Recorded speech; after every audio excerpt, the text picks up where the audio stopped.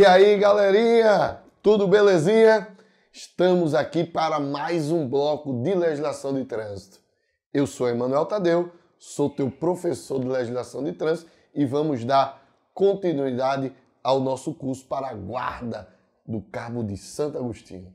Aula passada, não é? Nós iniciamos os órgãos, os componentes do Sistema Nacional de Trânsito. Aí falei do CONTRAN, não é? Já iniciei o CETRAN e hoje vamos dar essa continuidade, tá certo? Continuamos a partir do artigo 15, beleza? Vamos lá, o artigo 15 ainda se refere ao Conselho Estadual de Trânsito, beleza? Vamos lá? Então vamos lá. Ó, os presidentes do CETRAN e do CONTRANDIF são nomeados pelos governadores dos estados e do Distrito Federal, respectivamente, e deverão ter reconhecida experiência em matéria de trânsito. Ora, meus amigos, né? Observe aí que esses presidentes aí dos conselhos estaduais e do Distrito Federal é um cargo político, né? Quem nomeia é o governador do estado, né? O bom seria realmente que eles tivessem uma larga experiência em trânsito, mas infelizmente, às vezes, na maioria das vezes, não é assim. Mas vamos lá. Parágrafo 1º. Os membros do CETRAN e do CONTRANDIF, nomeados pelos governadores dos estados do Distrito Federal, respectivamente. Os membros do CETRAN e do CONTRANDIF deverão ser pessoas de reconhecida experiência em trânsito. E o parágrafo 3º, o mandato dos membros do CETRAN e do CONTRANDIF é de 2 anos. Então, o respectivo mandato desses membros será de 2 anos. Tranquilo? Muito bem. Vamos lá.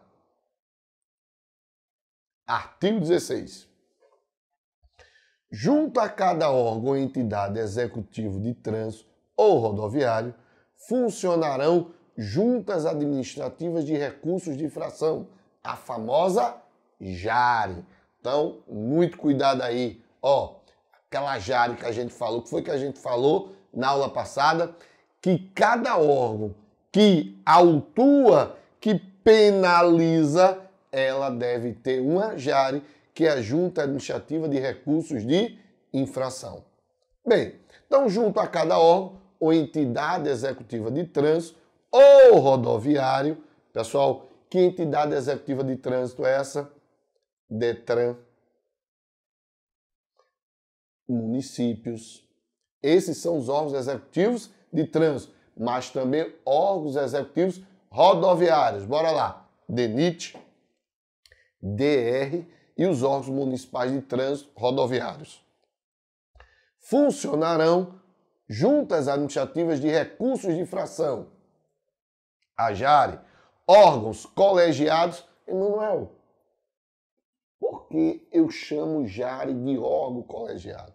Simples, meus amigos. Porque a decisão do teu recurso, da tua multa, não é analisado por uma pessoa, mas sim por um colégio. Geralmente são 3, tá? Eu já participei aqui da JARE, do DETRAN, pelo Sindicato do Transporte de Escolares. Geralmente são 3, né? Então você tem um presidente daquela comissão e mais 2 julgadores, justamente para não dar empate, né? Você vai analisando ali, né, os recursos, né, de infração, tá certo? Muito bem. Então, por isso que é colegiado, porque a decisão não é feita pela apenas uma única pessoa, e sim por um colégio. Então, esses órgãos colegiados responsáveis pelo julgamento dos recursos interpostos contra penalidades por eles impostas. A JARE tem regimento próprio, observando o disposto no inciso 6º do artigo 14, que é o CONTRAN que determina isso, e apoio administrativo e financeiro do órgão ou entidade junto a qual funciona.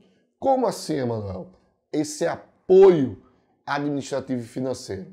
Ora, vamos pegar o Detran, eu participei. Então você tinha o Detran, não é? Que é o órgão. O Detran não aplica penalidade? Aplica, Emanuel. Então tem que ter uma Jari. Então, o Detran tem que dar esse apoio administrativo, verificar salas, materiais para que esses membros da Jari possam trabalhar, e financeiro. Ninguém trabalha de graça, cara.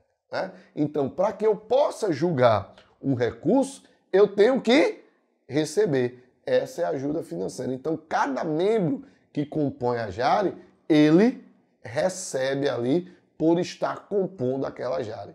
Tranquilo? Muito bem. Então, compete a Jari. Primeiro, vamos para cá. Julgar os recursos interpostos pelos infratores. Esse é o mais comum. Quando eu recebo uma multa, né, eu cometi uma infração, consequentemente eu fui multado, eu tenho o direito de quê? De recorrer. Eu vou recorrer a quem? A Jari.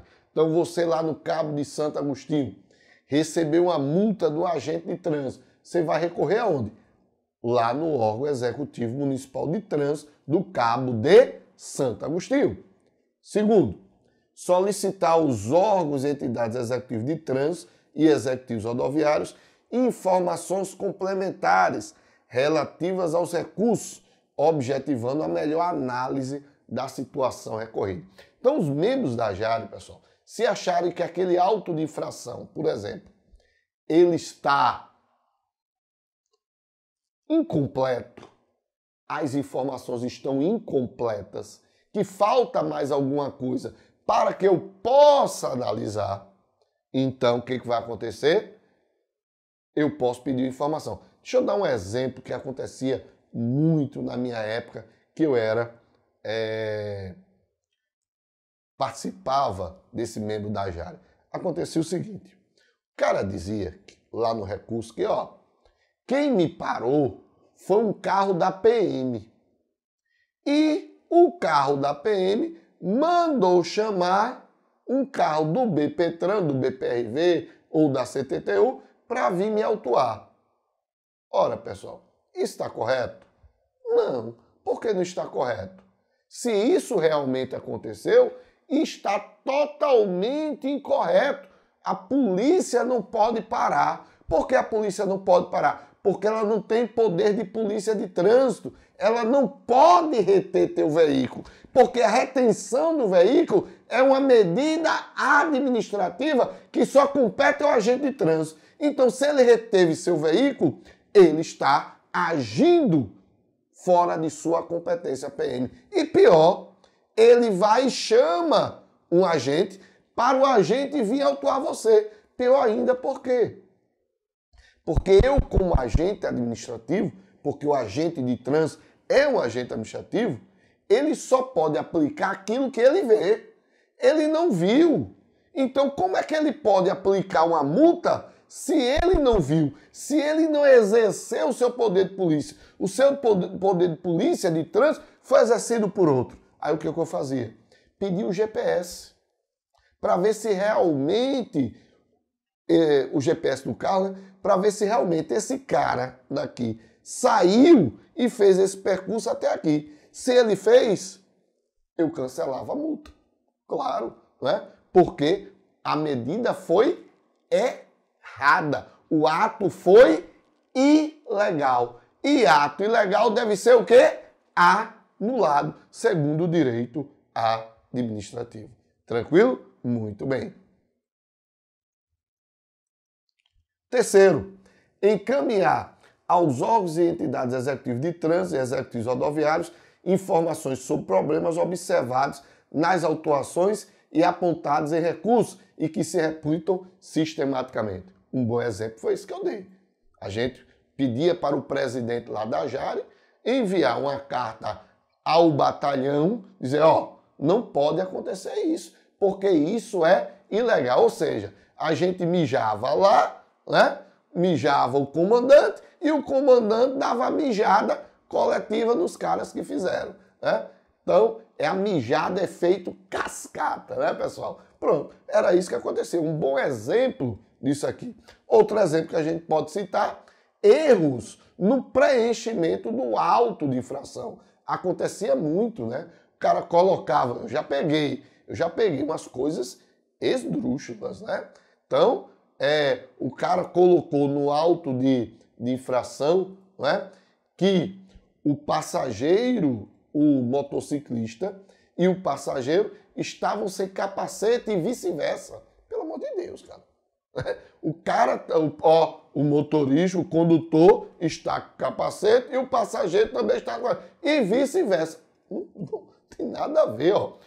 Infração do condutor é uma, infração do passageiro sem capacete é outra. São duas coisas totalmente distintas, né? Então, são essas, né? Então, esses erros aqui, a gente fazia as anotações e enviava para o órgão, ó, dá uma aula para o cara aí, dá uma aula de reciclagem aos caras aí, porque os caras estão errando muito, beleza? Então, ó, terminamos aí, né, a questão aí da Jares, e agora nós vamos para onde? Começarmos aí aqueles órgãos, né, mais efetivos de trânsito, que são DENATRAN, que são os órgãos executivos rodoviários, os órgãos executivos Polícia Rodoviária Federal. Beleza? Meus queridos, mais uma vez, a gente vai ver, por exemplo, eu vou começar agora o artigo 19, que fala do DENATRAN. Meus queridos, muita atenção, mas muita atenção mesmo. Por quê? Porque são muitos incisos e você vai ter que decorar. Você que está começando a estudar agora, faz o seguinte, bicho. Pega só o meu áudio ou, não é? Baixa lá o vídeo, mas tenta colocar em algum lugar para escutar o meu áudio. E para onde você for, vai com o Emanuel junto, vai com a voz de Emanuel, porque é muita coisa, mas muita coisa mesmo, e você, cara, vai ter que decorar. Obviamente, quando chegar lá nos artigos 21 e 24, a gente vai trabalhar algumas semelhanças entre esses órgãos. Mas, a não ser isso, o potencial aqui é de decorar, mas decorar mesmo. Então vamos lá. Artigo 19. Presta bastante atenção. Vamos lá. Compete ao órgão máximo executivo de trânsito da União. Que órgão é esse? DENATRAN. Vamos falar do DENATRAN, Departamento Nacional de Trânsito. Vamos ver quais são as suas competências. Vamos lá. Primeiro, cumprir e fazer cumprir a legislação de trânsito e a execução das normas e diretrizes estabelecidas pelo CONTRAN. Meus queridos, é o seguinte, todos os órgãos a partir de agora, seja o DENATRAN, seja o DENIT, seja o DR, seja os órgãos executivos de trânsito, seja a Polícia Rodoviária Federal, presta atenção. Esse inciso primeiro compete a todos esses órgãos. Todos esses órgãos têm que ter esse inciso primeiro aqui. Beleza? Proceder à supervisão, à coordenação, à correição dos órgãos delegados, ao controle e à fiscalização da execução da Política Nacional de Trânsito e do Programa Nacional de Trânsito. Lembrando uma coisa, o DENATRAN não é órgão de fiscalização de trânsito, é um órgão de gestão administrativa. Coloque isso na cabeça. Então, o DENATRAN não vai aplicar multas, não vai fazer fiscalização de trânsito.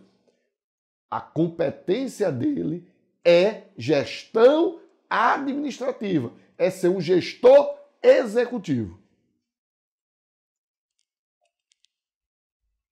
Terceiro, articular-se com os órgãos dos sistemas nacionais de trânsito, de transporte e de segurança pública, objetivando o combate à violência no trânsito, promovendo, coordenando e executando o controle de ações para a preservação do ordenamento e da segurança no trânsito. Então, todo mundo trabalhando junto, não é?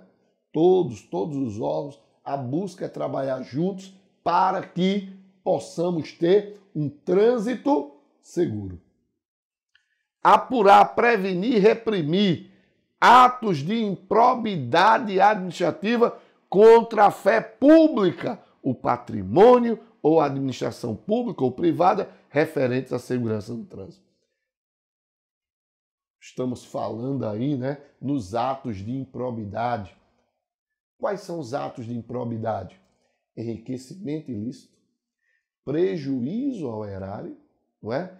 E princípios que ferem a administração pública, né? Então, quando eu firo princípios da administração pública, essas são as 3 formas de improbidade administrativa que eu tenho. De novo, enriquecimento ilícito, prejuízo horário e ferir princípios da administração pública. Emanuel, me dá um exemplo aí legal disso aí. Aconteceu, não sei se vocês estão lembrados, no Rio de Janeiro, acho que foi no Rio de Janeiro, que o presidente lá do Detran, né, estava falsificando carteiras de habilitação, né, estava fazendo retirada de pontos. Tudo isso, pessoal, fere, não é, o patrimônio público. Ferindo o patrimônio público causa prejuízo ao erário. Então, isso é improbidade administrativa. Então, o Denatran ele está atento a essas coisas, né, que acontecem dentro dos órgãos, né, tem que estar atento a tudo isso para que não possa, obviamente, ocorrer prejuízo ao patrimônio público por conta de vendas de carteiras de habilitação, não é?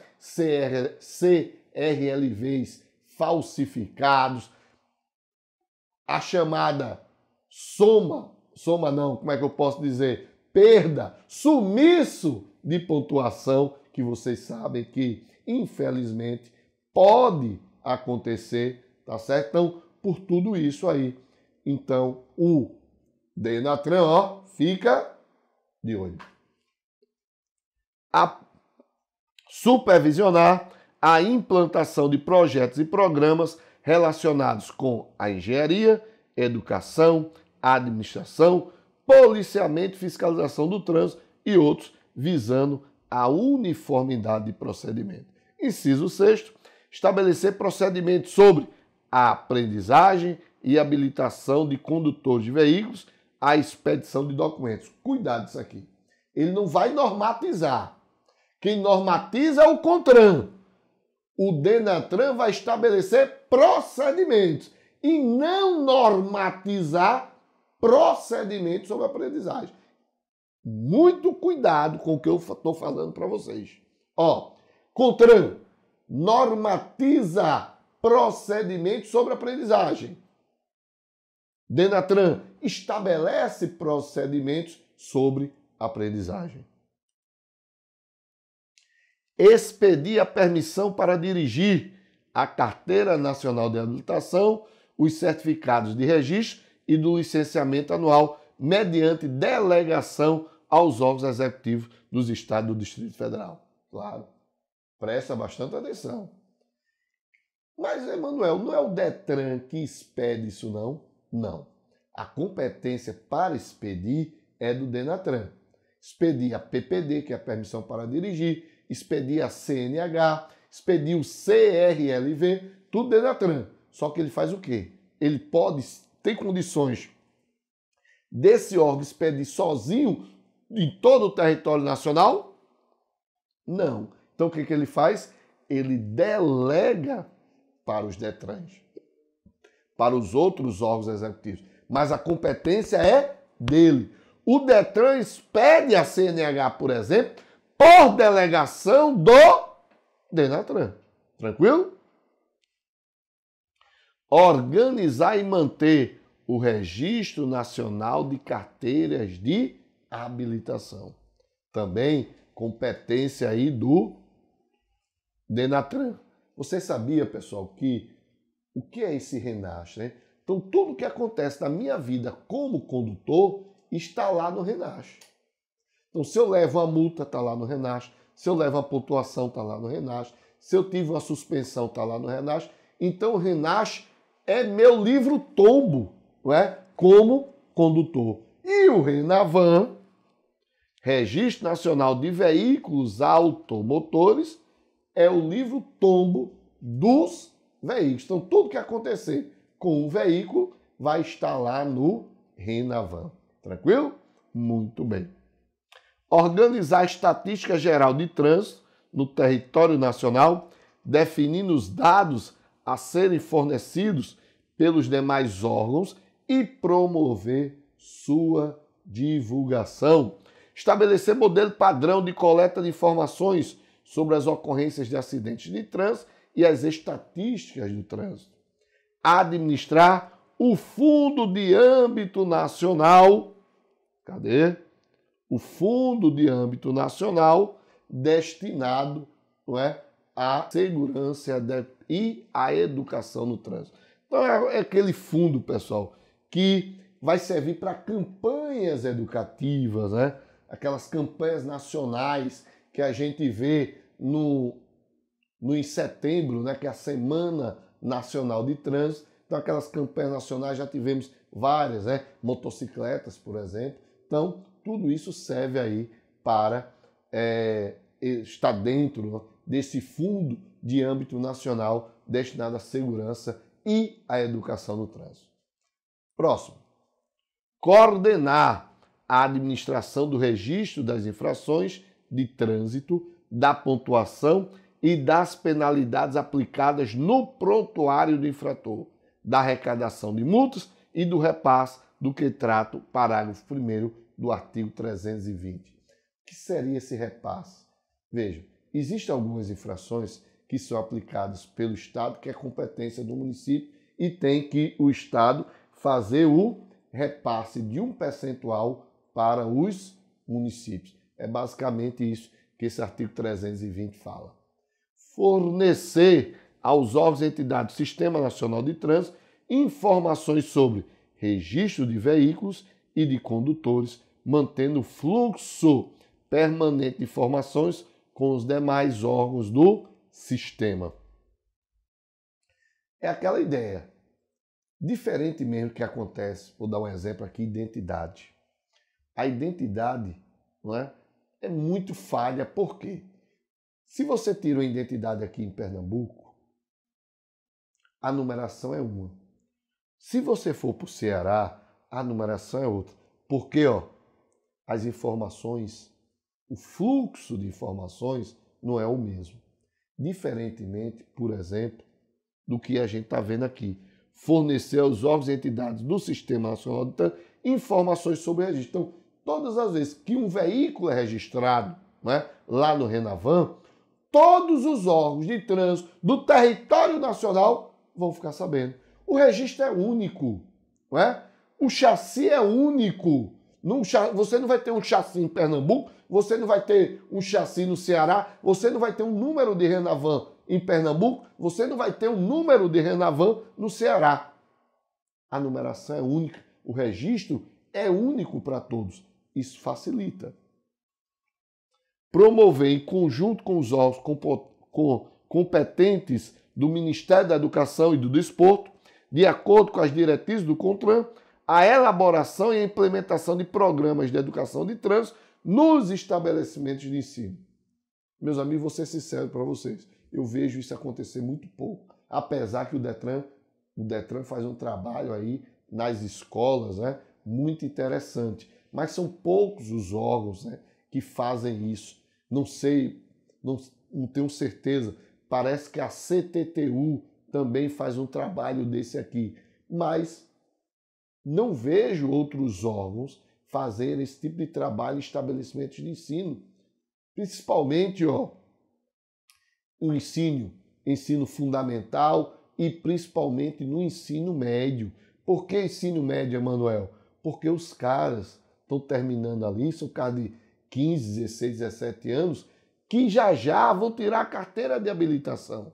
Então, se você faz um trabalho de conscientização numa sala de aula, é muito importante, né? Como também levar o debate para as universidades. Uma vez eu fiz uma palestra aqui na João de Barros, numa faculdade aqui, agora não lembro o nome aqui, não sei se o meu diretor sabe, essa faculdade aqui na João de Barros. Como é? Não lembro agora, é a faculdade de Direito. Não. É aqui na João de Barros, na esquina da João de Barros. Eu fiz uma palestra lá sobre trânsito e a turma ficou, poxa vida, eu não sabia que tinha isso no trânsito. Mas né? Você mesmo que está estudando, quando começa a estudar trânsito, você fica, rapaz, eu não sabia que isso era caneta. Jogar, papel pela janela é caneta. Eu não sabia. Mas tudo isso por quê? Porque você não teve, não é? Palestras, estudos, não é? Sobre o trânsito na sua escola, na sua faculdade. Não houve debates. Na verdade, o cara me diga uma coisa, o cara só estuda trânsito na escola para aprender, quando é pequeno, as cores dos semáforos, vermelha, amarela e verde. E depois você não vê mais nada, infelizmente. Elaborar e distribuir conteúdos programados para a educação no trânsito. Promover a divulgação de trabalhos técnicos sobre o trânsito. Então, o que seria isso? Então, você tem aí projetos, né, que os estudiosos, né, de trânsito fazem, trabalhos ou grupos nos órgãos de trânsito fazem sobre o trânsito. Vamos lá, deixa eu lembrar aqui um exemplo aqui. Eu comecei um trabalho sobre quantos acidentes de trânsito são coletados em relação a motocicletas e automóveis. Pasmem. Dos acidentes que ocorriam, isso em 2007, tá? Dos acidentes que ocorriam no centro de Recife, 10 acidentes, 7 eram provocados por motocicletas. Vejam, de 10 acidentes, 7 eram provocados por motocicletas. Então, são grandes índices. Então, são trabalhos como esse que o dispositivo fala, beleza? Mas vamos fazer o seguinte, eu vou dar uma paradinha aqui e já eu volto para a gente dar continuidade à nossa aula de legislação de trânsito. É rápido, vou lá.